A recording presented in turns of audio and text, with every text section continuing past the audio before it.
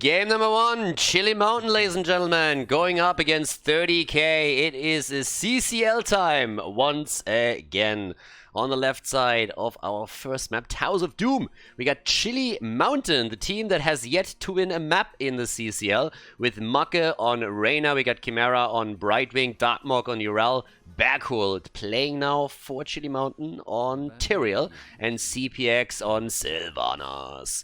Over on the right side of the map, 30k, also with results that they're not really too happy with, probably. We got BBJ on Deckard Kane, Harzobs on Junkrat, Tai on Liming, Liam on Diva, and Masquerade is playing Johanna in our first game of the Best of 5 series.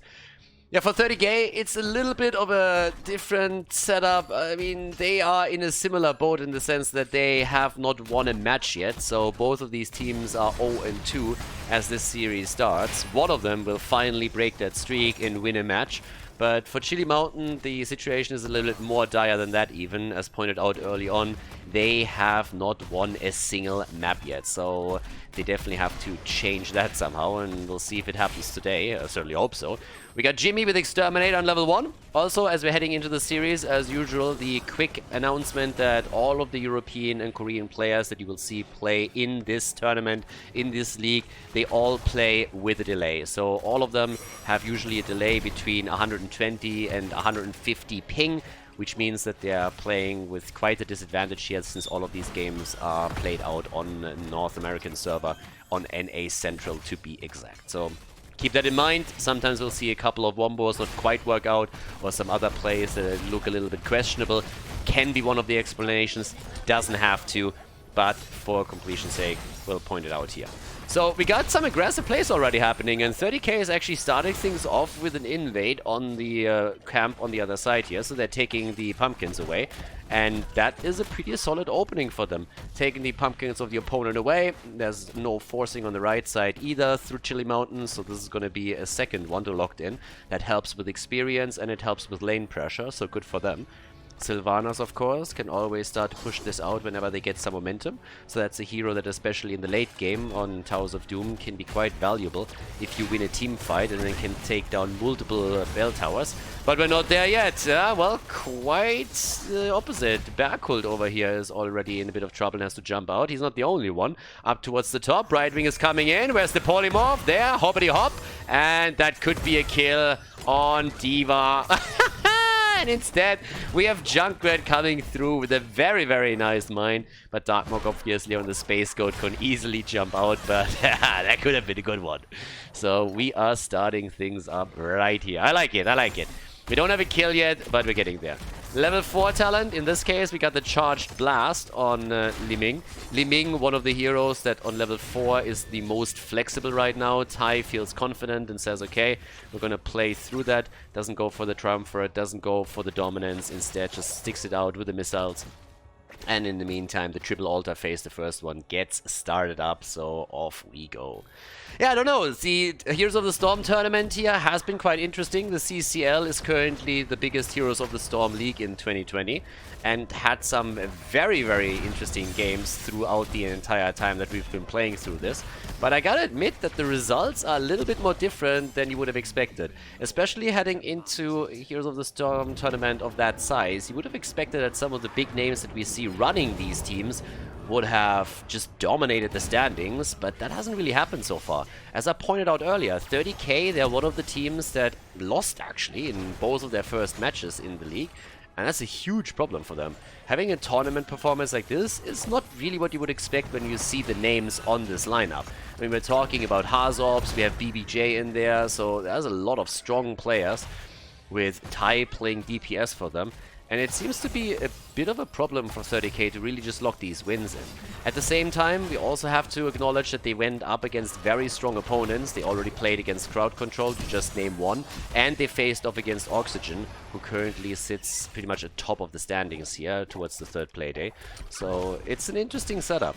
But if you want to fight your way back towards the top 4 or the top 3, then you really have to start taking some games here. And that's what both of these teams will try and do. as we are still fighting over the objective. D.Va is in trouble, I might add.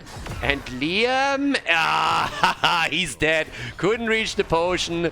BBJ not able to lock that in. That's the first kill in our match. And the altar is still up on the map as everybody is starting to make their way over, and the blue team wants to lock their first hit in. Yep, nicely done here.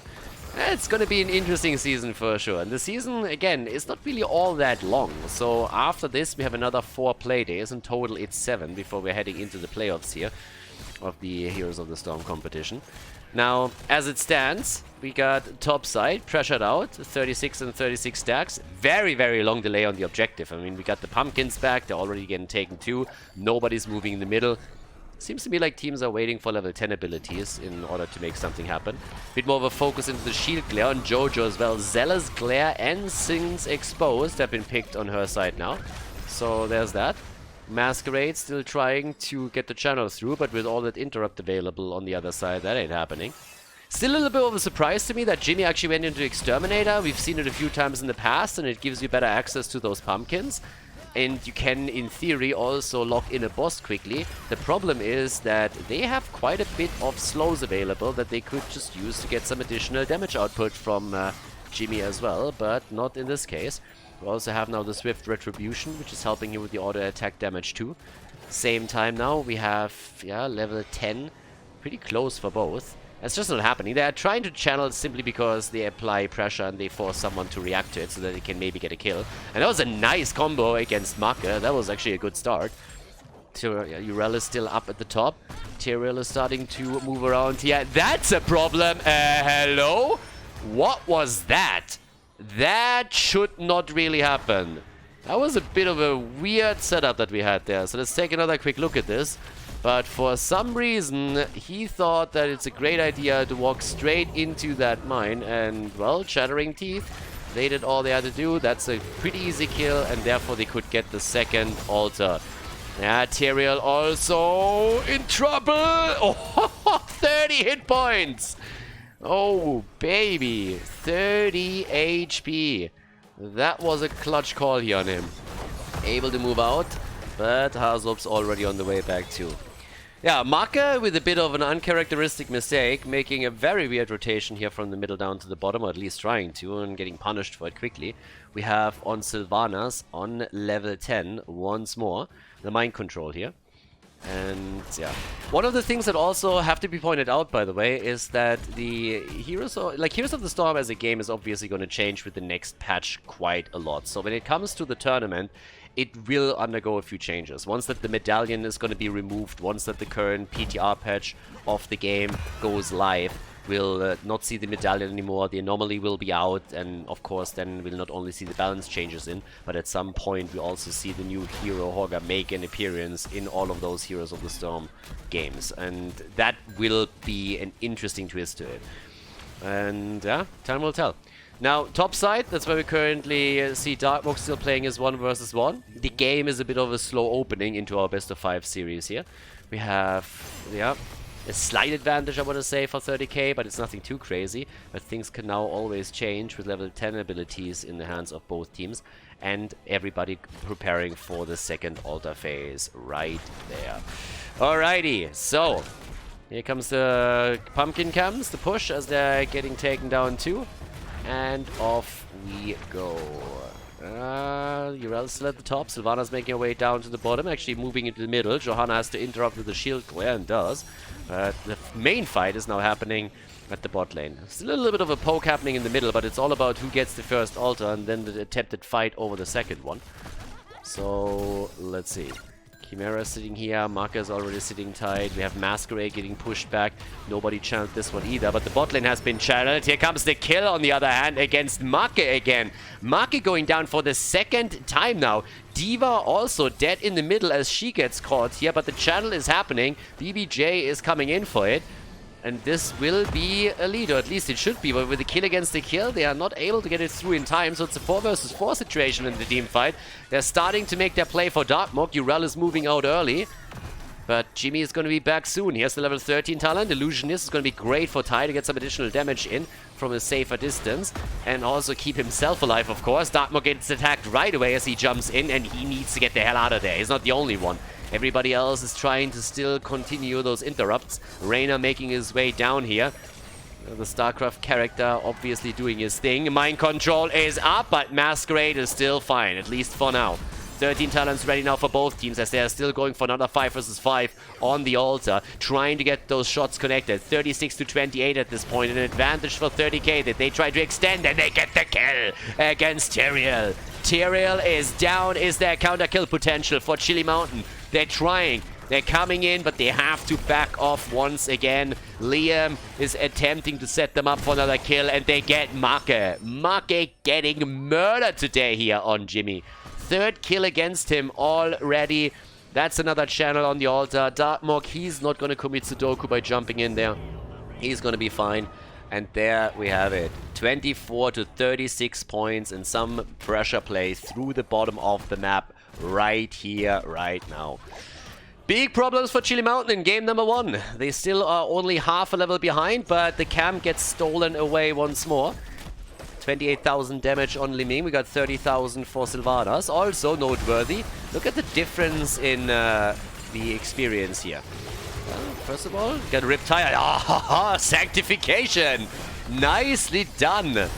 Very well played. So, great play by them, but here comes another kill, and this time it's Yrel that falls, and they get the tank as well. Yrel and Tyrael, they are both eliminated. 6 kills to 2. All of a sudden, we have momentum right here.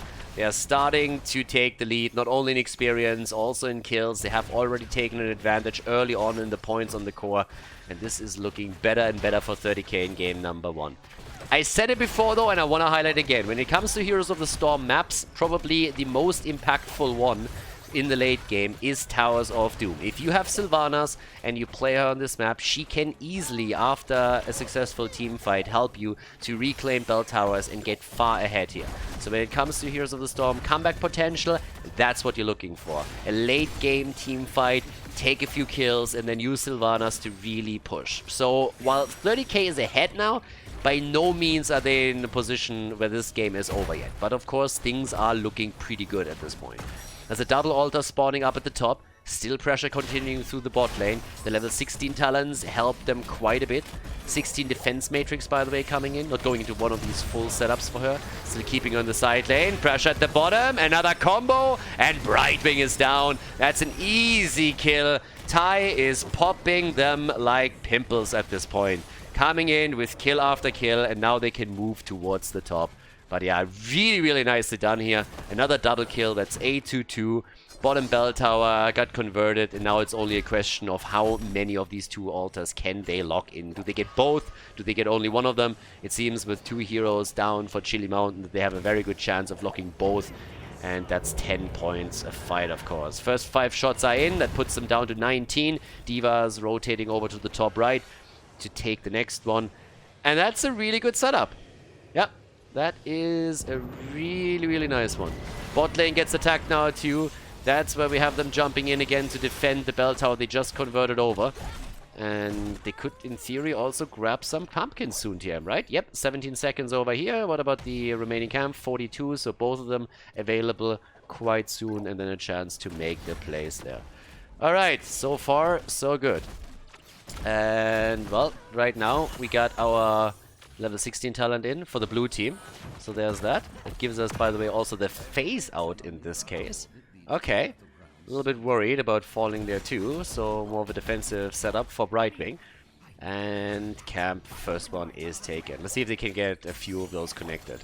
I mean, it's a pretty big difference at this point when you're just simply looking at the points on the core. We are talking about 14 against 36, and more than they only have less than half. Paint him red for Jimmy, so that it increases the survivability for him by quite a bit. I don't think I've ever actually seen one of the steel traps taking the Banshee in. I must have seen it at some point, but I can't remember. That's kind of weird. That's an insane steel trap. That thing is OP. If a steel trap on the ground catches a Banshee in the air, something is clearly wrong with that thing. That thing is just busted. Busted hard. Now, they were looking for a kill, but the Sanctification of Tyrael denied it. Really nice play from Backhood at the front. So, they got that. Single altar spawning at the bottom of the map. And, yep, let's see. I mean, honestly, I don't really think that we have to wait and see who's going to grab this one. I think it's highly unlikely that the blue team is going to make the way down to the bot lane. It would be a very risky play. Maybe they feel that they are forced into it because there's already a level advantage. More than that, actually, nearly 2 for 30k, and they think it's the last fight before level 20. And it seems like that's exactly the reason of why they're making that move, because if not, then this is some desperate play here. They are in trouble if they lose or start losing the fight. They can't move to the left, they can't move to the right. On both sides, we have bell towers for the opponent's team. So it's pretty much a do-or-die effort that we're seeing from them here. 11 points against 36. Pumpkins made it through 2. Things are getting bad. They need to win that team fight that I was talking about earlier now. And they lose Brightwing immediately. Brightwing is dead. And in comes the next play towards the top. They're trying to take Backhold now down 2. Not sure if they actually can here. Nope. And it's another 5 shots fired. We're talking single digits, ladies and gentlemen. 6 against 36. They go for Make again. All of that missing.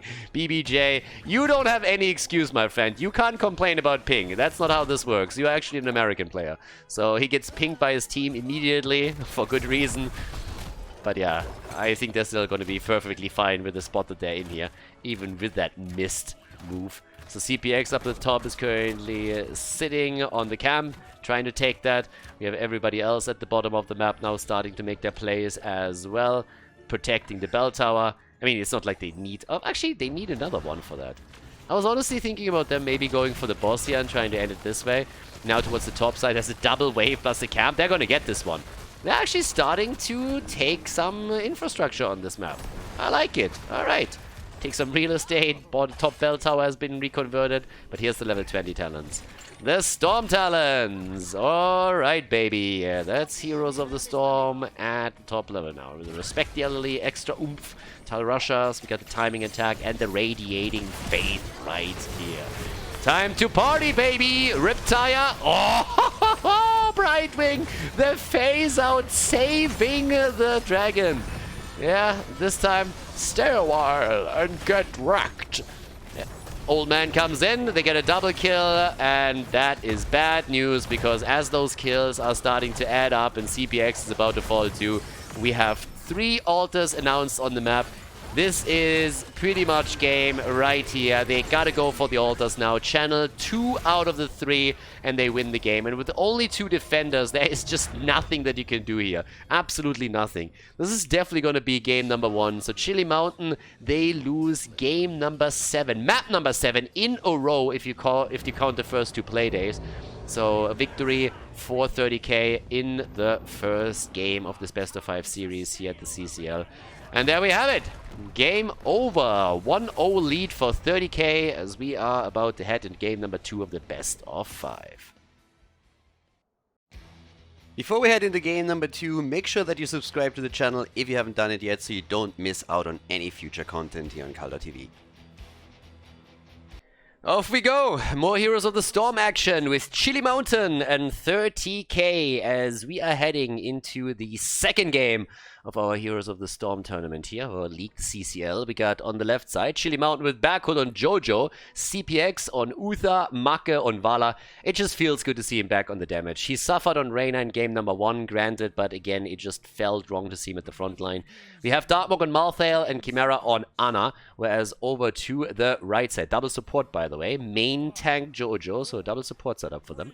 Over on the right side, 30k with the lead in the best of 3 with 30k's BBJ on Brightwing. We got Hazops on Falstad, Liam on Leo, Ty on Hanzo, and Masquerade is playing Diablo. Okay, let's go. More Heroes of the Storm in our CCL games with apparently a multi-shot build for Vala going straight into the Hot Pursuit on the level 1 talent. For mana reduction, also got the Wingman in here for Falstad. And it's going to be pretty exciting to see if they can make it work. This, on the other hand, is going to be a problem. Dartmok, no baby, not like that. It's a trap. And he's dead. Yep, that is how you punish someone for greedy early game rotations. If you don't know where your opponent is, you should be careful. He wasn't. He takes the direct path, gets immediately locked down. It was a beautiful trap and aggressive play from the get-go from our team in red. Nicely done. Yeah, again, if you don't, you should always download the Heroes of the Storm minimap DLC. It helps a lot with anticipating where opponents could be when you don't see them. Yeah, just... again, minimap is important. If you don't have knowledge, take the safe path. That was a good example as to why.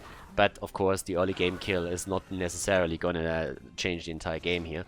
But I want to highlight once again that we have not seen Chili Mountain win a single map yet. Not one. So, yep, that is a bit of a problem there. Either way, let's see where this is headed. With the double support, it's going to be up to Malthael with the potential last rights. Could go, I guess he could go into Terminal Souls, especially with the Divine Shield. But the main damage dealer should honestly be Vala with the setup that they're running here. And she will be heavily protected through this. So that's going to be good for her. Either way, we have, at least right now, still our 4 versus 4 at the bottom of the map, as the teams are both trying to go for the Khazra camp here. Should be pointed out that the red team already took their own. Now that the level 4 talents are in, Harzobs is going straight into the hammer gains, which gives him a bit more sustain on the lane as well.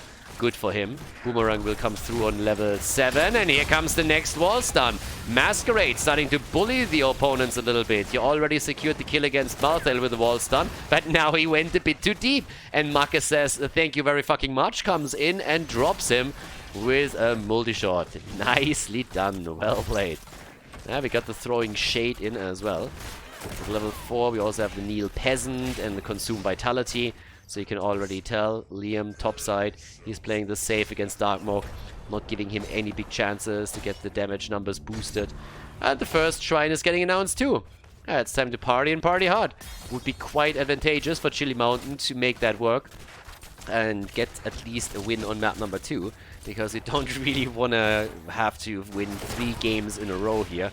I mean, we've seen some crazy comebacks in Heroes of the Storm, but I would think that it's going to be tricky to make that reverse sweep happen in this particular match, since 30k is not a pushover team by any means. Leo is already taking to the spot a little bit early, has to ghost out though. Rest of the team is at the bottom of the map and they're starting to take their camp away. And honestly, camps can be pretty impactful in Heroes of the Storm if you time them around the objective, and this one in particular is going to help them to take that fountain down. So that was a nice twist, and that takes the lane sustain in the middle away. They're making no moves towards the top though, so you can already see that the entire idea here is to just simply do pressure and damage on both lanes and not even bother with the top. So they're letting the objective slide in order to make that play work. What they got to do though is get some damage in themselves. So they don't want to go up against the double support in the early game team fight. We got Boomerang in now as the level 7 talent. And also the Hand of Protection. So a little bit more cleanse action here for Uther. And yeah, in the middle talking Uther. They nearly got him. CPX, he got away. But that was close for a second. If Diablo gets close enough to charge on him, then there could be a problem. Now, you gotta bait it over. Heroes of the Storm, ABCs right there. Make sure that you bait the Punisher over if you're trying to defend. Don't trigger the jump in front of the wall or you're gonna be in trouble.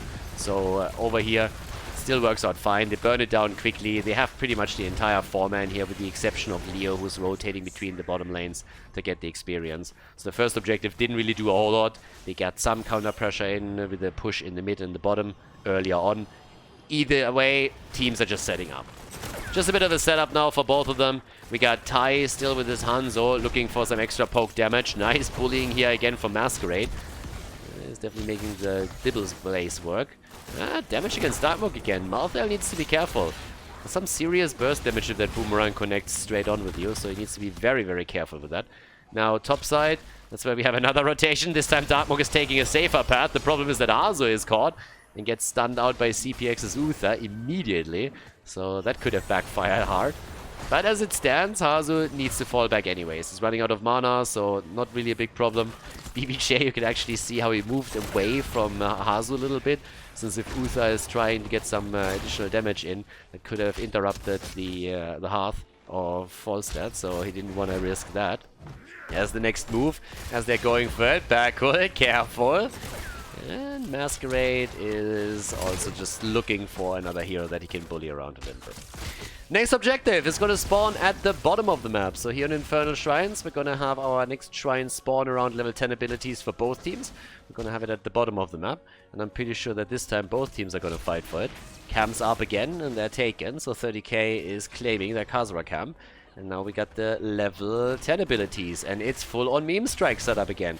Tai going into the dragon strike over here, trying to combo it off with the entomb, and we also got the apocalypse. Kind of, honestly, with Falstad in the mix, it reminds me a little bit of this insane combo with Gust, Apocalypse, and the Wombo afterwards that we've seen, I think, in 2019 in the early stages, where Washed Up was playing and just got a 4 or 5 man kill out of it on this very map. So if you get a good combo off with a Gust or a Wind Tunnel into a corner, and then you follow that up with an Apocalypse and maybe even Meme Strike and other damage abilities, you can just crush an entire opponent's team within seconds, and that could definitely happen. Now we got the nano boosted Tormented Souls for Malthael, as we so often have it. Technically speaking, you can also now of course drop the Divine Shield and help him even more to get the damage out. And that is gonna be a little bit rough. That is actually gonna be a bit crazy if that comes through, because that might make it difficult for 30k to keep that lineup alive during a big shrine fight. Especially if Vala then behind it can still do damage. Divine Shield immediately being popped. Doesn't even go for the medallion cooldown, by the way. So that was an interesting touch here. Decided that he Divine Shields himself immediately. Not sure if he wanted to save the medallion cooldown, or if he felt that even without the stun connecting with him, the damage alone would threaten him too much. So either way, he saved the medallion cooldown. And he is going to have, well, no Divine Shield for the next fight. So that means that Malthael will have to be a bit more careful than anticipated. But Brightwing is still at the top. That's a really good position here for them. Brightwing at the top, moves out after the camp is taken. There's not even a camp on the other side pushing in. So killing that minion wave was highly impactful. That top lane is going to be a big threat to Chili Mountain. Here's the meme strike already. They go for the combo, and CPX moves out for just a moment, but gets killed after all. Triple sleep dart, by the way. Chimera, calm down. Triple sleep dart connect, but Uther still dies. It was a bit unfortunate for Masquerade, who pushed Uther initially out of the Apocalypse. There's the Gust, trying to isolate a target again. Careful against Darkmog. He gets flipped over as well. And they're trying to go for the objective, but it is once again Chili Mountain who locked their Punisher in. Yeah, good for them. That was kind of important. So, what else do we have? We got 14,000 damage for Vala, we got 17,000 for Hanzo, with Uther missing. They're not even going for the attack. We have Backhul just jerking around a bit, looking to see if he can maybe do something, but has to move away very, very quickly with the Iron Skin already popped since Diablo was starting to make a move for him. The wall gets taken down, but outside of that, that Punisher is not really going to do a whole lot. And at the top, the entire wall has fallen. So as anticipated, this camp has done some serious work. Level 13 talents are in for 30k, a bit quicker than for their opponents, so that's good too. And what else are we going to get? A little bit of bird hunting down here. Leo at the top is falling, but the counter-aggression is already there as they're trying to go for Vala. But the medallion cooldown is used, and that prevents Masquerade from flipping Make into potential fort range. So good for them.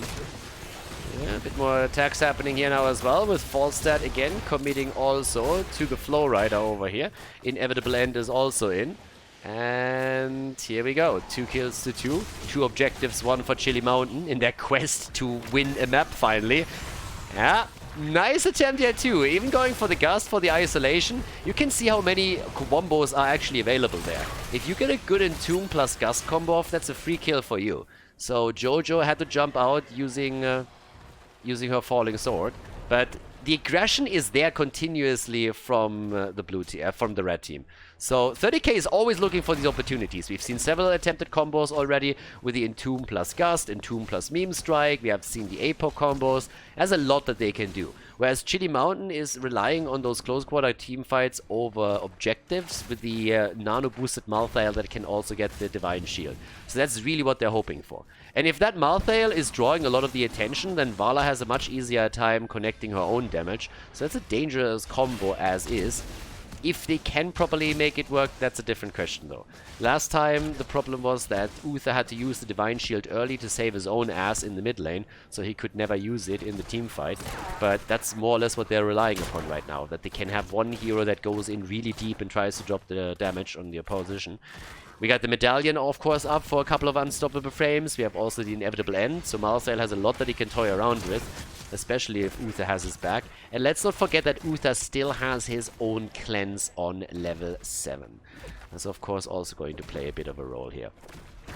But, yeah, off we go. We have already the push through the mid lane. Both of the teams looking for experience and level 16 talents at this point. Yeah, Darkbook is already sitting at the top looking for the camp that they did not take on the last objective. So this time they're going to try and do that to emphasize the pressure through the top lane a bit more. But, yep, let's see. All the way up at the top, there's BBJ already sitting tight, playing the global. They're trying to invade. Oh, the sleep dart. Oh my god. That couldn't have been any closer. And I don't know why Hanzo thought that it was a necessary play to make his ult. But look at this. Look at that sleep dart. Check that out. Check that out when they make the play. When they're starting to move in for this. If that doesn't connect when it does, that would have been the end of it. And I assume that Tai on Hanzo, he really felt that they were fighting for it, that Diablo was on the spot. And if he is, then you want to make sure that you have, of course, zone control. So he went for the ult. But as it turned out, Masquerade was hit by Ana just before he entered the area. So that baited out a lot. Talking about baiting things, damn, they're getting crushed already. And Hanzo has to commit to the Mighty Gust to push them away from this one. This is not looking good for 30k on this fight. Not even in the slightest. They might be ahead on the minion stacks for just this short period of time, but they have used a lot of abilities now, and Chili Mountain hasn't used anything, so they can do a lot here if they coordinate it properly. And I'm still waiting for Darkmook to pop off after he's banana boosted. So far, they're still poking it out with the red team, but there is still a bit of a chance. Yeah, there's another ult. This time also not really connecting. Apocalypse doesn't really do anything either. Chimera using his own medallion though. 35 to 25. That's the strafe zone out. And they can grab another Punisher. 3 objectives in a row won by Chili Mountain. There we go. By the way, also when we're talking about the camp over here and Tai using his ult, this is a perfect example where the ping probably also played a bit of a role. Since, of course, you want to use that ult if Diablo can contest the point. But since that wasn't really the case, even if he sees it in time, that's a very good example of where delay can be an issue for you if you're playing cross-server. Either way, 3 objectives in a row have not netted them a single fort yet, but thankfully with the third one they are finally able to take 1 fort down, so the mid lane gets obliterated. And now at the bottom of the map they have, technically speaking, a chance to move in and take another fort too. Masquerade is rotating in to try and make a play for the team. He has to be very careful that he doesn't get dropped. And hello, Dibbles, barely getting out. CPX low, there's the Entomb. The perfect Entomb! Guys, check the Entomb out. Check out how Uther was completely stunned. He was actually not trapped in the Entomb. He was trapped between the Entomb and the wall at the side and couldn't move at all. That was kind of nuts.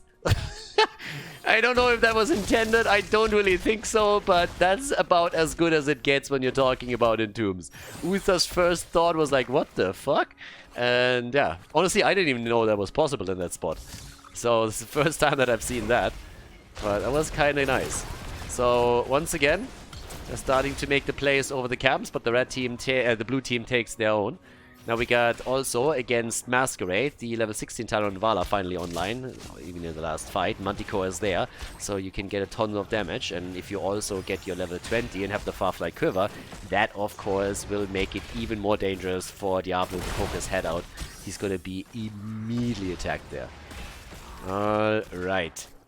We already got at the top side, Darkmook still holding the lane, playing it quite a bit safer now though. Has to be careful if he gets isolated with the Gust, and he would easily fall here, and that's the huge risk that you run before another objective spawns. And both teams are now currently thinking about like, hey, can we get 20? Can we get the Storm Talons? Can we make a play there? Damage output here, by the way, we are at 31,000 for Vala, 40,000 for Hanzo. Uther has died twice. Outside of that, most of them haven't really fallen. We only have 5 kills in the entire game so far. Both are playing a much safer game this time. Chili Mountain, of course, they finally want to win a map and want to make sure that they are in a position where they can contest the best of 5 series. You don't want to go 0-2 after the first 2 maps. That would be, as I mentioned earlier, a bit of a nightmare. Reverse sweeps are not impossible in Heroes of the Storm, but they are still rare and difficult to pull off. It's most of the time a bit of a map question too, but let's see how they're gonna play this one out. They need that 20, and so far it seems like they're still gonna have enough time. We have with level 20 just around the corner for 30k, they're now starting to be a bit more aggressive. This is gonna be a problem though. Yep, that timing for Liam was great. Here's the Entomb, Brightwing comes in too, could go for the Gust, don't even have to. Easy kill against Malthael, and they steal the camp. That was brutal. That's about as bad as it gets. Another 2 seconds and Malthael would have been able to take the camp himself. But as it stands, he dies. Now we have the top fort eliminated. The level 20 talent is ready. And of course, when we're talking about talents, Hanzo has the Dragon Awakens. And this is really where the ult comes online for Hanzo. This is insane for him. We also got Buried Alive. We got the Wind Tunnel. There's a lot of sick tools now in the arsenal of 30k that they can use here. And since the Shrine is activating as we speak and Malthael is down for another 25 seconds, this will be the first objective that 30k gets. This is the first one for them. There's no way that you can fight back on it. There's absolutely no chance. So, yeah, this is going to be the first Punisher for the red team. Blue team, the only thing that they can do is get their level 20, make sure that they have their own Storm Talents before the objective is up so that they can defend. We got the Nano Infusion, we got the Farflight Quiver, Heaven's Fury for the cooldown reduction. Even the Bulwark of Light is in right now, whereas Malthael usually goes for No One Can Stop Death. Don't see a reason why he wouldn't go for that this time either. Holds it back for now, hinting that he wants to take something else, which he's not gonna do. But yeah, there's that. And here comes the push through the bot lane. The fort is immediately forfeit, nothing happening over here, and that is going to be a powerful push. There's a lot of good engage tools, of course, simply through Leo alone, and at the same time you're looking at the potential of multiple of these meme strikes now. Yeah, gets the first one out already, zones them a little bit, that's all that he does, doesn't hit anything else. But again, the cooldown reduction is going to kick in very quickly for him. And that's, of course, the whole ball game here. They want the keep, and I don't see a reason why they shouldn't be able to grab it. Liam might be in a position where he can also drop an Entomb, and if he gets the Buried Alive connected nicely, then they can... I mean, technically, they might have a chance to end here. They just need a good Buried Alive if they want to turn it. But they're happy just taking the keep and now push away towards the middle, where the camp has already done a serious amount of damage. The wall down, fort has lost hit points, now they can go and take it down completely.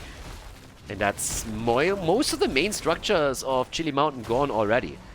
Chili Mountain had a bit of an unfortunate setup in 2 of the team fights now. In one, they didn't have the Divine Shield of Uther anymore, which they kind of rely upon. In the other fight, Malthael died. They won 3 objectives and were only able to take 2 forts down though, so there's that. And both of these forts fell when they claimed the 3rd objective. We got 4 kills against 2. The Janitor on the way to the top lane to take out the trash over here. Yeah, and it's time to wait it out. Like, who is going to take the next objective? Who's going to get the team fight? Both teams, as I mentioned, have the level 20 abilities now, so it's Storm Talents all around. Hanzo is sitting at 46,000 damage. We have Brightwing with the Invisible Friends. And they might... Sniffing out Hazu! I like it! Wind Tunnel gets used right away. But that was a good move. Make is not fooled here. Make was sitting tight and he's just saying, yeah, I am pretty sure someone is down there. This just looks like a bait. The only camp on the entire map and nobody here? I don't really think so. So he checks the bush and Falstad immediately has to react. That might have been a chance to take the bird down, so he gets the Wind Tunnel and that also secures the camp for them. Well played. But yeah, that was actually a pretty good move here. Okay, so 2 kills to 4. Already a little bit of a slide up at the top as Liam is playing the safe again, having all the patience that he needs. Riding in with the Direwolf. Darkmook is there. There's always a chance that you're dropping a Buried Alive and then Brightwing moves in with a Global. And you can see the rest of the team already rotating towards him on the minimap. And Darkmook knows it. Darkmook knows that they have no vision. He's watching that minimap perfectly. CPX, on the other hand, he apparently didn't. CPX too far out, and that's a kill right there. So, yeah, that's another minute until he's down. just praising Darkmog for the safe way he plays the game. And then CPX things like, hey, moving topside, great idea.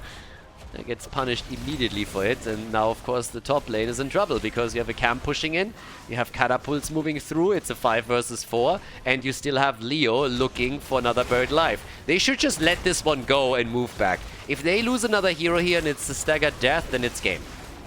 They will lose the keep either way. There's no way to save the keep. Let Maka poke a little bit from afar, but make sure that nobody else gets isolated right now, because that's going to be game. So they defend this, but that's 2 keeps gone. And what started out as a pretty solid game for Chili Mountain with 3 objectives taken in a row is now starting to very, very quickly turn against them. They have 2 keeps that they lost. There's catapult pressure, therefore, on 2 keeps. There's 2 globals against them. You have Hazu on Falstad, and you have Brightwing, which technically can both push these side lanes. Hazu has easy wave clear with Boomerang that he can use to burn another wave down, and he's going to do that. We have a 5 versus 5 on the Shrine, but yep, Hazorbs can just wait this out a little bit, can move in, burns this down, escorts the catapults towards the core, and what has to happen next? Of course, blue team has to retreat at least with 1 hero, and that will potentially lock an objective in for 30k. Hazu's on the core. Hazu is on the core right now, and the catapults are in. We're 21 minutes into the game, and they're fighting over this. Malthel is the one that actually Hearthstone's back. Hazu has escorted everything in. Catapults are on it. He's starting to take the shield down with the help of this. And Darkmog is back. Now the bird can fly into the middle, which is what he does immediately. There's the engage already happening. They're making the play. Divine Shield on Vala. There's the strafe in the attempt to get a kill. Malthel moving back towards the top, but they can engage now. That's exactly what they're trying to do. Buried Alive has not been used yet. Liam is looking for it. There's the jump, and there's the Buried Alive. About to die, but the setup is there. Down goes Jojo. Leo will be back so much faster, but the Frozen Punisher gets taken by Chili Mountain. I gotta admit, that was well played. That was well played by Chili Mountain. Given the circumstances, the pressure at the bot lane, and everything that happened here, this was a very solid play. If they would have lost the Punisher, that would have been game, very likely. As it stands, Darkmog is still trying to make his plays here. Falstad is pushing through the middle a little bit, trying to apply the pressure. And of course, it would draw also some of the resources back towards the keep if he can apply a lot of pressure here, and would help the rest of the team with the defense. But again, here comes another zone. Just he's going to meme strike that out whenever he can, just simply because cooldown reduction is insane for him. And on top of that, he can make it harder for the opponent to get value out of it. So the keep is still there. Blue team is still alive, but they're still far behind. Losing the 2 keeps is just a problem. So now we have 49,000 damage for Vala, 55 for Hanzo. They're stealing another camp. Oh my god. And CPX, 4 seconds for Zult. He gets away. He gets away. Oh boy. If that would have been another kill. It's already tough enough that they lose the camp here. The gust attempt into the corner, that doesn't work out either. 30k comes in swinging the entire time here. They are applying so much pressure right now. They can win this on a macro game alone though, I think. With Brightwing and Falstad here and Catapults becoming stronger and stronger, this is such a tough game now for Chili Mountain. It's a little bit reminiscent from what we've seen between the Sidestep Kings and I think it was Granite Gaming, Crowd Control, one of the 2 in Volskaya Foundry, where you have so much pressure on the map that you can always play the macro game against your opponent, and this is a similar situation. It gets worse, actually. If you look at the top lane, the fort is still here for the red team, whereas the blue team has lost their keep. So that means no counter catapults for Chili Mountain, and the objective spawns at the bottom of the map. So top lane is going to be the lane that everybody watches. What's going to happen? Both teams are going to take their camp. Falstad is going to stay at the top lane. Is going to try and take down the Shaman camp before he makes a move down to the bottom of the map. And that's all that he got to do. That's all that he has to do. So that's going to be a pretty big setup for 30k on the next objective. And I am very afraid for Chili Mountain here. Going down 0-2 in this series would be bad. And honestly, if they lose this map, that's the 8th map in a row that they would have lost them in the CCL. They have not won a single map yet. Camp is taken. That's actually a very early grab on the camp. It's a really, really early camp. Oh my god, that camp is not going to do jack shit. They are burning this down right away. I guess they had to take it because the bot lane was pushing and they said, guys, we need to take it now or we can't defend the bottom of the map. This one is going to be claimed once that the objective is in. Falstad is also already pushing this out. This is a nightmare. This is an absolute nightmare right now for Chili Mountain. I do not envy their situation at all. This is going to be really, really rough. Marthael still has not committed to the no one can stop death. He's not gonna... He's gonna do it eventually. But yeah, this is just a waiting game. You wait for the objective to be announced, which is gonna be soon. And then it's all about that top lane pressure. So, yes, off we go. Objective gets announced. Everybody has to go down to the bottom. Whereas Falstad, exactly where you would expect him to be. Top lane. He's at the top lane, right here. And in comes the camp. Camp is taken. Is gonna push. Falstad pushes the waves out. Everybody comes down. Chili Mountain has to attack. They have to attack quickly and they have to get a kill. And instead, it's Uther that gets murdered. Nice play by Liam. Shutting him down right away. Absolutely no chance. Malthael doesn't get anything done with the nano infusion. He gets isolated through the gas. They get a second kill. Jojo is down. Beautiful setup here. Liam gets saved for another moment. Actually, he gets saved completely. 5 versus 3 on the map. Big push through the top lane. Ladies and gentlemen, this has to be game. Beautiful combo here from Masquerade. They get 1, they get 2, they go for Marke. It's a 5-man team wipe, baby. As the entire Chili Mountain team is wiped off the map. No chance for them. Nice kills. Look at Malthael. He doesn't even go for the no one can stop death. He doesn't even lock it in. He doesn't even use it. He knows this is over. There is no way. This was way too quick. Great Entomb, great Buried Alive by Liam. Shutting Uther down, not allowing him to use his Divine Shield either. And that is the end of game number 2. 30k takes a 2-0 lead in the best of 5 series here at the CCL. Nicely done.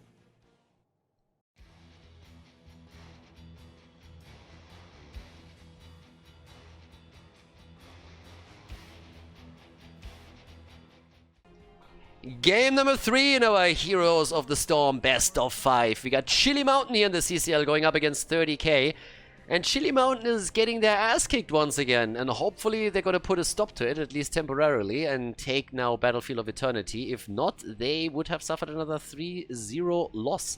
And I don't know what to say. 30k is a tough opponent to face off against, but Chili Mountain definitely struggling in the CCL. Yeah, they struggle a lot here. We have CPX for the blue team on Hanzo. We got Darkmog on Rexa. Berkhold is playing Muradin in game number 3. Chimera on Malfurion and Macke on Tigers.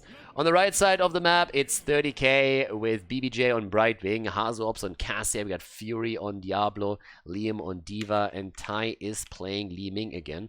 And time will tell what kind of result we're going to get here. The two teams both moved into this series without a single match win.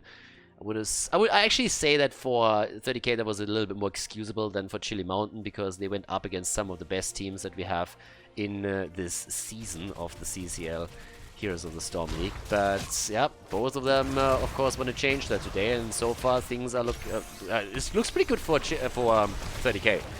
Chili Mountain on the other hand, can they turn around? They really got to step it up.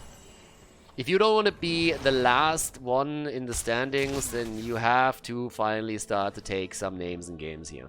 So, grenade build for Macke on Tigers as he moves up towards the top.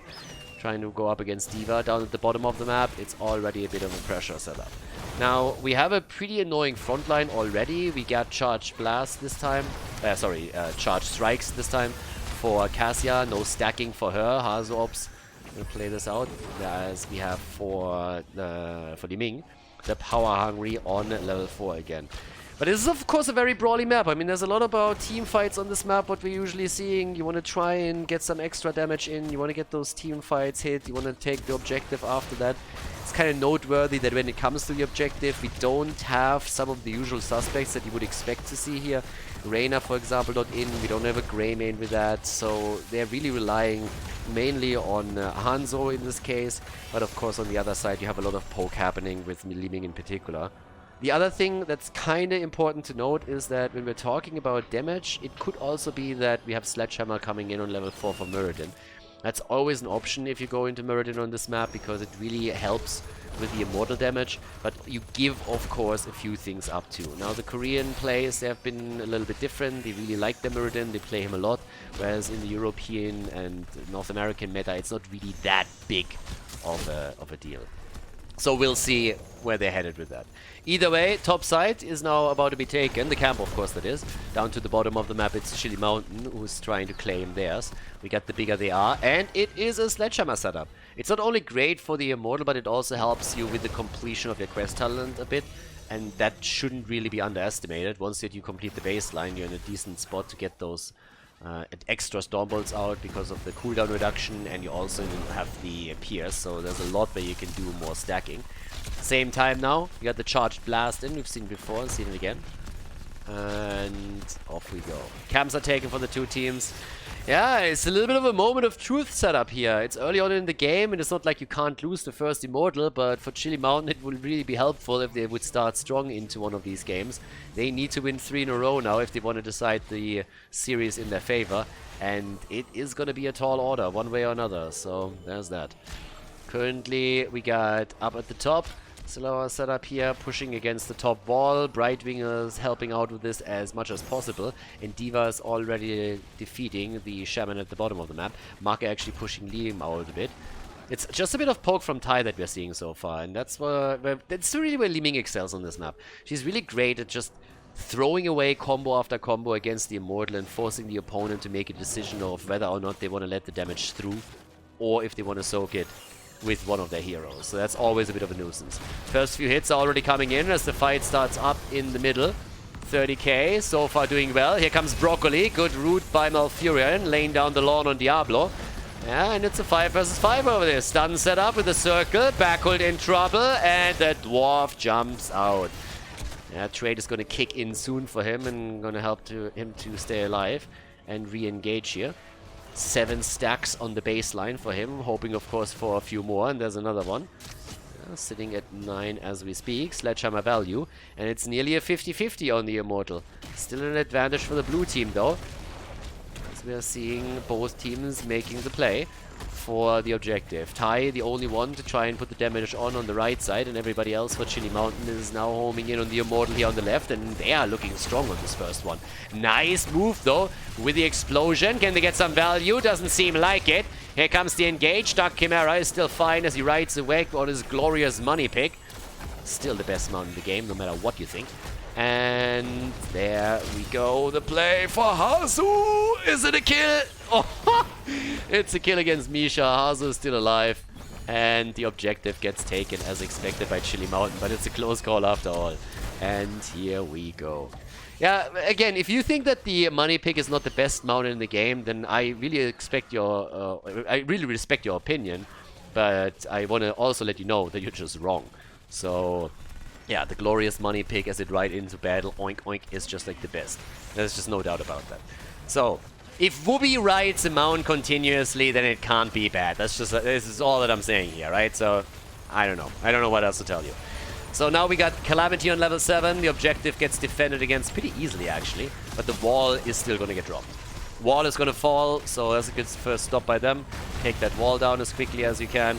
Fury is at the same time bullying the frontier too. By the way, if some people are currently wondering, hey, what's happening here? What's weren't some of those players playing for different teams? And yes, there have been a couple of moves around. So Backhold is, for example, now a frontline player over here for Chili Mountain. Fury has switched sides. So those were just the team swaps that we had after the initial 2 play days. So not really a whole lot going on, but just teams just sharpening up their frontline heroes a little bit more so. I think I talked about it in one of the previous series, but in case that you missed those, here just a quick reminder of that. Action is coming through as we have Chili Mountain defending this time. The camp has been claimed at the bottom of the map, and it honestly seems like 30k might be able to do about as much damage just with the Khaldor camp that Chili Mountain was able to do with the Immortal. We got 17 stacks now for Muradin, who's still hoping to complete that quest ASAP to get some more level 1 stacks together to make sure that the sledgehammer is hitting a little bit harder. Grenade build is obviously continuing as we have the level 7 talent with the melting point now incoming. Top side, still a 2v versus 1. BBJ in that great position where he can just split and allow the team to play a 2v3 in terms of splits. put a lot of pressure onto the top lane, and of course, every time that there's some action going on at the bottom of the map, he can use his global to join them, and then yeah, equate the numbers.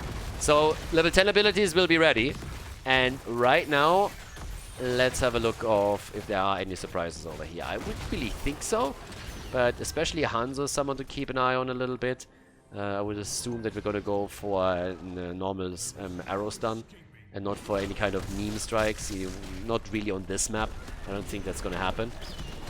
Yeah, and there we have it. Dragon's Arrow is in. Both of the teams are battling for the halftime show. And it's again Chili Mountain who wins it. So Chili Mountain wins the halftime show. Doesn't mean that they're going to lock down the entire thing, but at least it's a good start. They need a win here. They desperately need one. Can you imagine losing not only the first 3 series in a league like this, but also losing all of them without taking a single map? That would just be devastating. So they are going to do whatever they can to at least lock a map win in. And more would, of course, be much better. But there's the poke, and it seems like 30k is going to become a bit more aggressive in this fight, as they're trying to lock the objective in. 3 stacks for Broccoli. Hanzo Arrow has so far not been YOLO'd out yet either.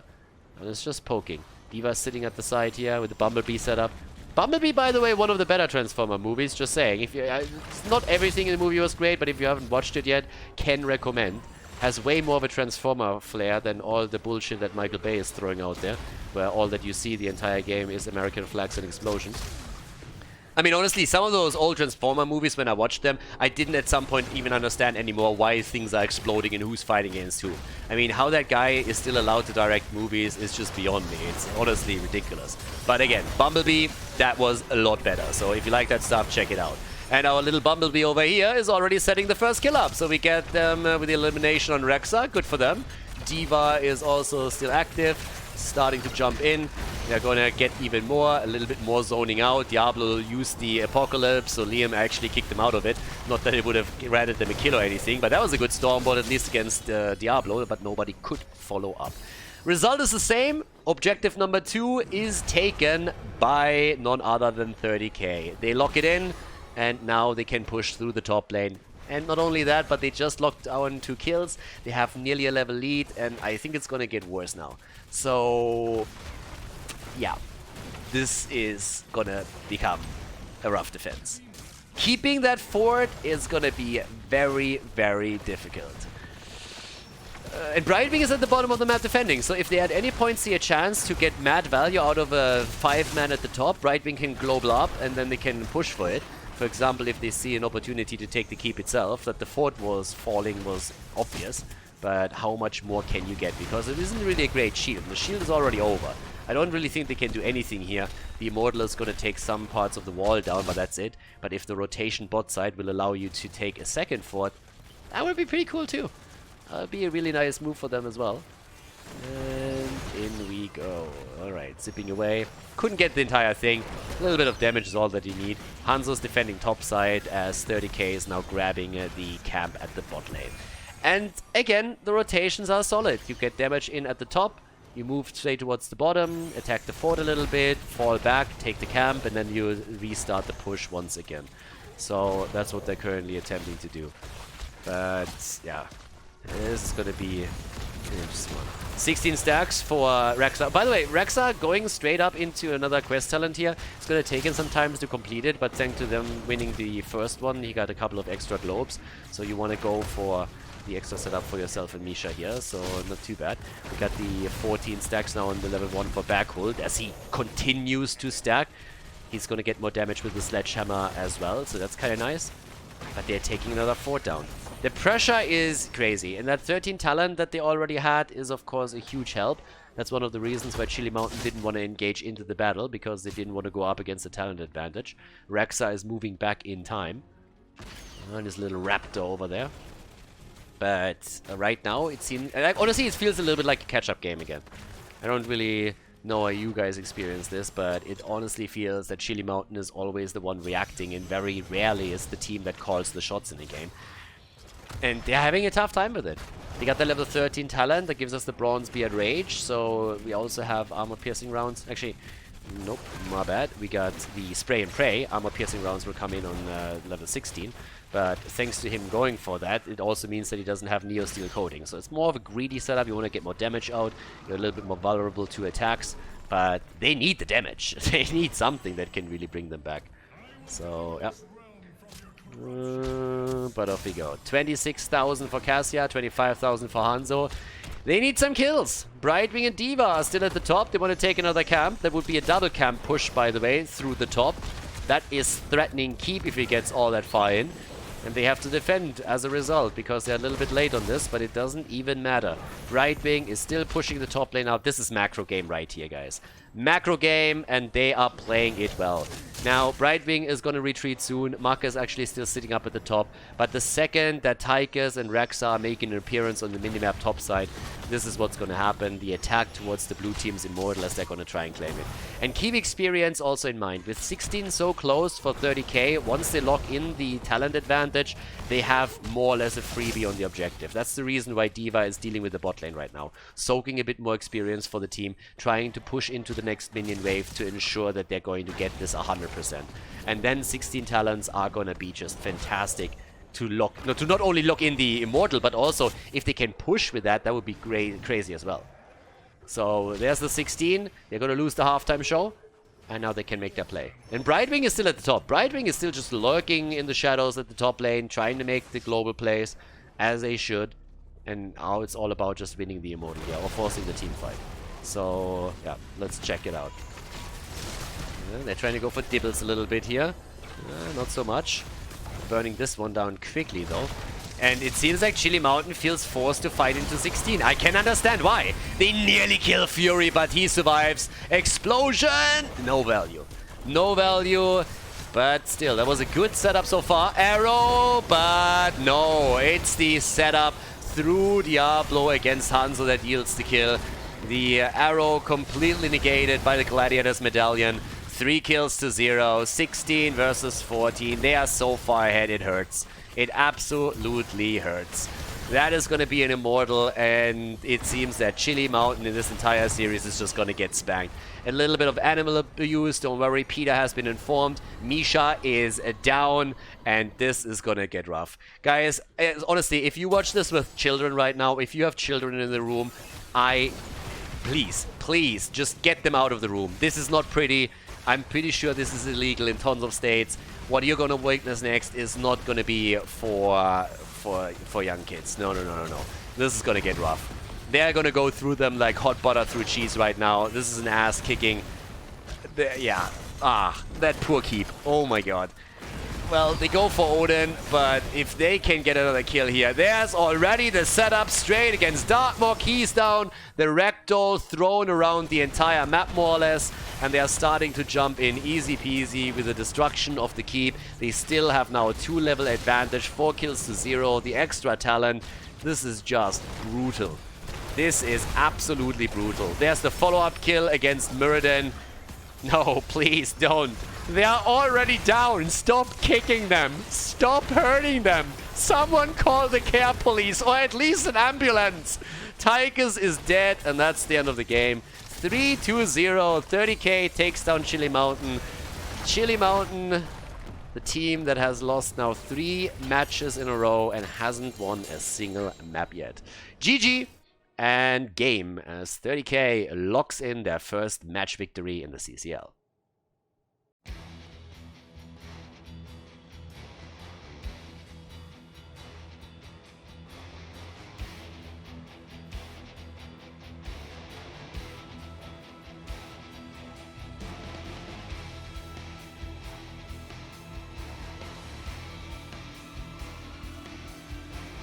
Thank you everybody for watching the video today. I hope that you enjoyed the show and the commentary. And keep in mind that the spoiler protection that is going to run for the rest of the video is made possible by all the support on patreon.com.